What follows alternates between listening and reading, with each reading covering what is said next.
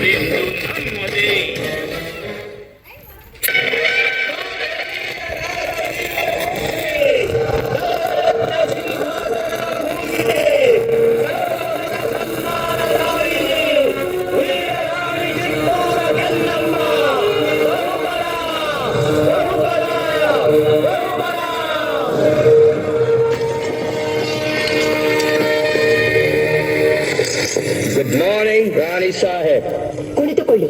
Thank you. ವಿಷಯವೇನೆಂದು ಕೇಳಿ ಮಹಾಮಂತ್ರಿಗಳೇ. ಸಾಹೇಬರೇ, ತಾವು ಬಂದ ವಿಚಾರ ತಾಯಿಯವರಿಗೆ ತಿಳಿಸಿ. ನೀವು ಮಂಡು ಒಪ್ಪಂದದ ಪ್ರಕಾರ ಕಪ್ಪವನ್ನು ಕೊಡುತ್ತಿಲ್ಲ, ಏಕೆ? ನಾವು ನಿಮಗೆ ಕಪ್ಪ ಕೊಡಬೇಕೆ? ಕಪ್ಪ ಕೊಡಲು ನೀವೇನು ನಮ್ಮ ಒಡ ಹುಟ್ಟಿದವರೇ, ಬಂಧು ಬಳಗದವರೇ, ಇಲ್ಲ ದಾಯಾದಿಗಳೇ? ನಿಮಗೇಕೆ ಕೊಡಬೇಕು ಕಪ್ಪ?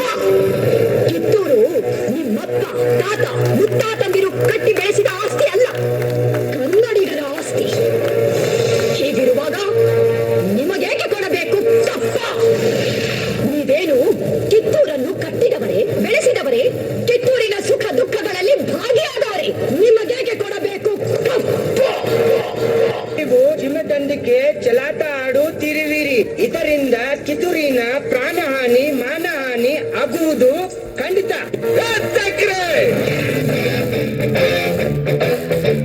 ಕನ್ನಡಿಗರ ಮಾನಾಭಿಮಾನ ನಿನ್ನಂತ ಕಚ್ಚಿನಾಗಿ ಗೊತ್ತೈತಿ. ಇದು ಕೆಚ್ಚದ ಕಲಿಗಳ ಬೀಡೈತಿ. ಅಂಜಿಕೆ ಎಂಬುದರಿದಿರ ನಾಡೈತಿ.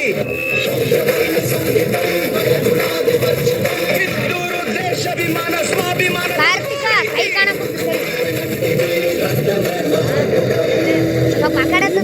ನಾಡ್ಗ ನೀನು ಜೀವ ಬರ ತೋರಿಸಿ.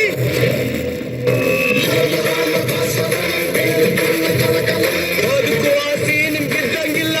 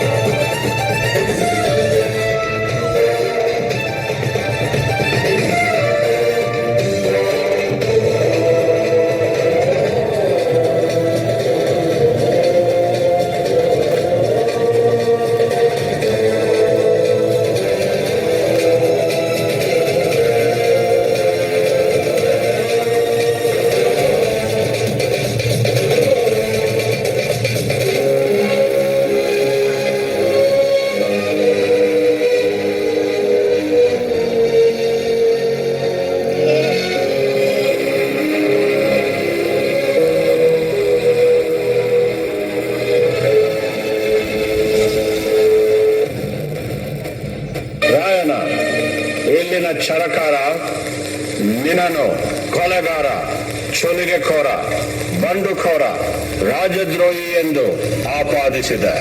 ರೀ ಜಡ್ಜ್ ಸಾಹೇಬ್ರ, ನಾ ಸುಲಿಗೆಕೋರ ಅಲ್ರಿ, ಸ್ವಾತಂತ್ರ್ಯ ಹೋರಾಟಗಾರ. ನಾ ಸುಲಿಗೆ ಮಾಡಿದ್ದು ನಮ್ ದೇಶದ ಸಂಪತ್ತ ದೋಚೋ ದುಡ್ಡು ನನ್ ಮಕ್ಕಳನ್ನ. ನಾ ಕೊಲೆಗಾರ ಅಲ್ರಿ, ಸಾಮಾನ್ಯ ವಾಲಿಕಾರ.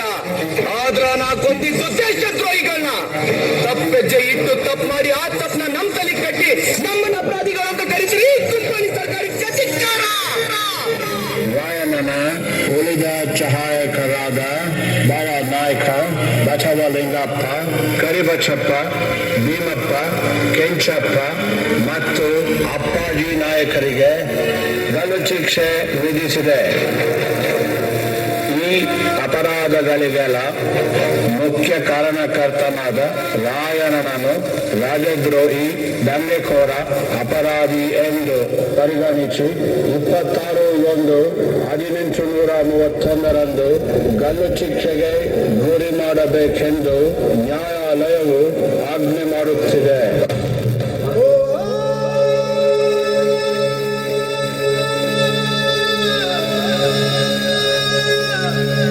ಜನವರಿ 26 ಗಲ್ಲಿಗೇರಿದ ಸಂಗೊಳ್ಳಿ ರಾಯಣ್ಣನ ಕಳೇಬರವನ್ನು ಅಲ್ಲಿದ್ದ ಅವನ ಅಭಿಮಾನಿಗಳು ದೇವಲೋಕದ ಪಾರಿಜಾತ ಪುಷ್ಪಮಾಲೆಯಂತೆ ಎತ್ತುಕೊಂಡೊಯ್ದು ಸಮಾಧಿ ಮಾಡಿದರು. ಇಂದಿಗೂ ರಾಯಣ್ಣನ ಭಕ್ತರು ಜಾತಿ, ಮತ, ಧರ್ಮಗಳ ಭೇದ ಭಾವವಿಲ್ಲದೆ ಹುಟ್ಟಿದರೆ ನಿನ್ನಂತ ಮಕ್ಕಳು ಹುಟ್ಟಲಿ ಎಂದು ತೊಟ್ಟಿಲು ಕಟ್ಟಿ ಹರಕೆ ಹೊತ್ತು ದೇವಮಾನವನಿಗೆ ಪೂಜೆ ಸಲ್ಲಿಸಿ ಫಲ ಸಿಗಲೆಂದು ಸೆರಗುಂದಿ ಬೇಡುತ್ತಾರೆ. ರಾಷ್ಟ್ರಪ್ರೇಮಿ ಸಂಗೊಳ್ಳಿ ರಾಯಣ್ಣ ಮರಣವಾದ ಸುಮಾರು 116 ವರ್ಷಗಳ ನಂತರ ನಟ್ಟ ನಡು ರಾತ್ರಿಯಲ್ಲಿ ದೇಶ ಬಿಟ್ಟು ಹೋಗುವ ಪ್ರಸಂಗ ಬ್ರಿಟಿಷರಿಗೆ ಬಂದೊದಗಿತು. ಅಚ್ಚರಿ ಏನೆಂದರೆ ರಾಯಣ್ಣನ ಹುಟ್ಟಿದ ದಿನವಾದ ಆಗಸ್ಟ್ 15ರಂದೇ ಭಾರತಕ್ಕೆ ಸ್ವಾತಂತ್ರ್ಯ ಬಂದಿತು. ಗಲ್ಲಿಗೇರಿದ ದಿನವಾದ ಜನವರಿ 26ರಂದೇ ಭಾರತ ಗಣರಾಜ್ಯವಾಗಿತ್ತು. ದೇಶ ಪ್ರೇಮ, ಸ್ವಾಮಿ ನಿಷ್ಠೆ, ತ್ಯಾಗ, ಬಲಿದಾನಗಳ ಪ್ರತೀಕ ರಾಯಣ್ಣ, ಕ್ರಾಂತಿವೀರ ಸಂಗೊಳ್ಳಿ ರಾಯಣ್ಣ.